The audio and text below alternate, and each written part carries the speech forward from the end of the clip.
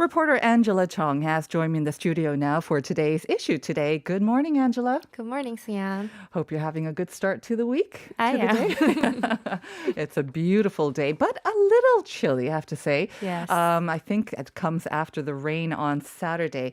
Now, but today is Arbor Day, as I mentioned before, and it's a little more special because it also coincides with another sort of special traditional day. Right. This year's April 5th is Arbor Day, as always, but it's also Hanshik. So, Hanshik is one of Korea's traditional seasonal terms, which is 105th day after Dongji, winter solstice. Yes, I love hanshik. I really love eating Korean food, but I did not know that it was another one of these sort of seasonal days. But I looked it up actually because I don't think it's one of the better known ones. And apparently on this day, we're supposed to pack up some food and go visit our ancestors at their tombs and kind of take care of their grave sites as well. That's apparently the day. This is the day that we do that. All right, but let's talk about the weather because as we mentioned, it was a little chillier this morning. It still does feel a little chillier as well. What's the weather like? So the morning temperature fell below 5 degrees Celsius this morning, but we will have clear skies in most of the country as good fine dust levels will allow us to see clear skies.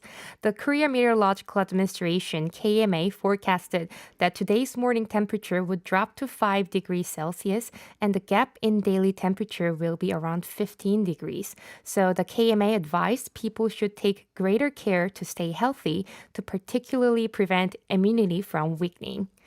In some regions of the country, such as eastern part of Gyeonggi, some inland parts of Chungcheong and North Gyeongsang Province, eastern regions of North Jeolla Province, the morning temperatures might fall below zero, and people there might even see some frost and ice this morning. All right, so 5 degrees Celsius or even lower. I think here in Seoul, maybe it was around that time, around that level anyways, but not a cloud in the sky. That is the good news. So what are the morning temperatures for some of the major cities here in Korea? The morning temperatures might fall below 0 to 9 degrees, while the highest day temperature will hover around 12 to 19 degrees Celsius. The lowest morning temperature forecasted are 5 degrees for Seoul, 6 degrees for Incheon, 4 degrees for Suwon, 1 degree for Chuncheon, and 7 degrees for Busan. And the highest day temperature are forecasted to be around 18 degrees for Seoul, 15 degrees for Incheon, 18 degrees for Suwon, 19 degrees for Chuncheon, and 16 degrees for Busan. Right. So here in Seoul, anyways, we're starting off at a lower temperature, but it's going to be actually higher than during the day than yesterday. And of course, because it is Arbor Day, there are some plans to plant some trees as well. Tell us about that.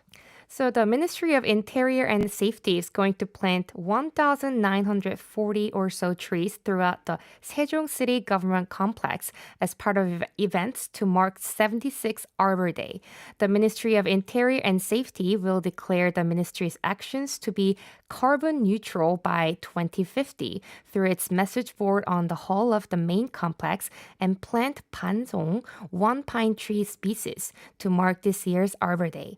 And along with pansong, 140 kinds of fruit trees, including peach, persimmon, apple trees, and around 1,800 kinds of flowering trees will also be planted. Angela, I bet you're too young to remember this, but when I was growing up here in Seoul in the 80s, dare I say it, we actually did have to go plant trees. We were very much encouraged to do so. Every citizen was encouraged to plant a tree on Arbor Day. You don't remember that, right? No, but I do remember when I was in elementary school, we used to go out to the playground or like in front of the school yards and plant some trees. Did you really? Yeah. Okay. Well, thanks to those efforts, of course. Apparently now we're like the fourth country in the world with the most trees per landmass area. So we've done a great job with that.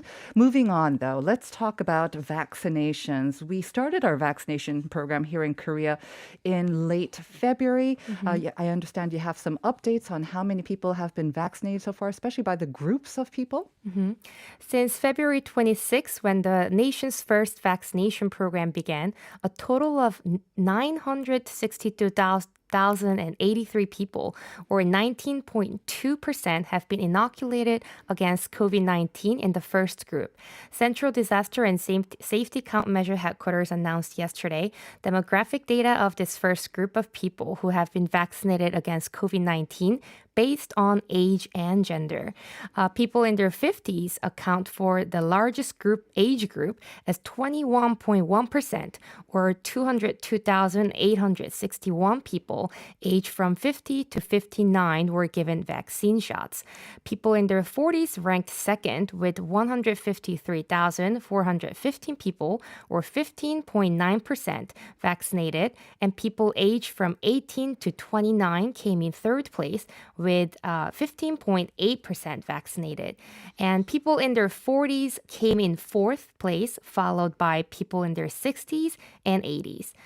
Based on the number of those vaccinated against the population of each particular age group, vaccination coverage rate was highest among those in 80s at 6.02%. Okay. We should remind our listeners once again that this is for the first and maybe some of the second group as well. The overall sort of national vaccination rate is less than 2%. So when we're talking about the first group, I believe it's under 65 and those working at nursing homes, right? So let's talk about these numbers broken down, maybe based on gender. Right. In terms of gender, the data shows an overwhelmingly large number of women got COVID-19 vaccines compared to male counterparts. The total number of women vaccinated so far is 671,212 people, or 69.8%, which is almost 70%, while the total number of men vaccinated is around 30%, meaning the number of women vaccinated is more than twice as high. Any reason why more women have been vaccinated than their male counterparts? So it's presumed that for the older age group, the number of women is relatively higher. And the first vaccination program targeted nursing homes and facilities where most of the workers there are women. That's in fact very much true, especially the caregivers definitely tend to be more women. All right, moving on to our last item. Some good news for workers who had to take leave to take care of their family during the pandemic. Before we get into the good news, though, let's explain first what this family care leave exactly is.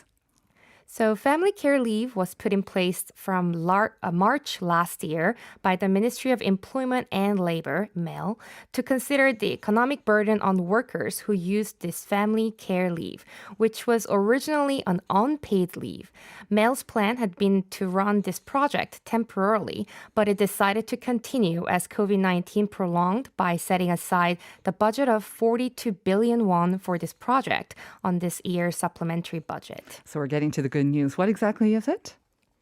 So company workers who have taken leaves to take care of their family are eligible to receive 50,000 won per day if the leaves are relevant to the COVID-19 pandemic.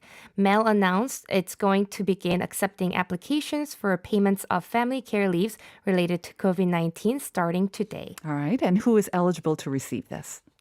So you can apply for family care leave payment if your family members have been confirmed as COVID-19 patients, or if you have kids younger than second grader in elementary school and kindergarten or school your kids go to if they close, or if you have to accompany your kid attending classes online for some reasons. You're eligible for this family care leave payment. And you can receive 50,000 won per day, as I said, and as long as 10 days. All right. Hopefully that can help out a lot of parents and families that are struggling with all this family care. Thank you very much, Angela. We'll see you again on Friday. Have a good day.